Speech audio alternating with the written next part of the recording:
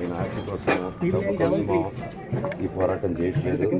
ఎందుకంటే ఈ పోరాటం కూడా కాదు, ఇది ఆత్మగౌరవం. నా భార్య పిల్లల సేఫ్టీకి సంబంధించి ఇది నాతో ఒక మగాడిగా నాతో డైరెక్ట్గా వచ్చి నాతో ఏం చేసినా నా భార్య పేరు ఇంక్లూడ్ చేయడం, నన్ను పుట్టేదానికి నా 7 నెలల పాపని ఇంక్లూడ్ చేయడం, నా బిడ్డలు ఇంట్లో ఉండగానే అలా బిహేవ్ చేయడం కాదు.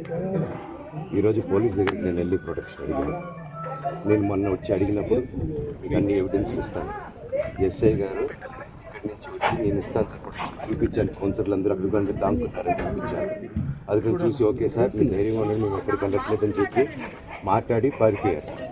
ఇప్పుడు కానిస్టేబుల్స్ వచ్చి అందరూ నా మనుషులందరినీ భయపించి ఇప్పుడు వాళ్ళ పేర్లు తీసుకొని బెదరగొట్టి మా మనుషులను పంపించేసి వేరే బాడీ గార్డ్ లోపలికి పంపించున్నారు సార్.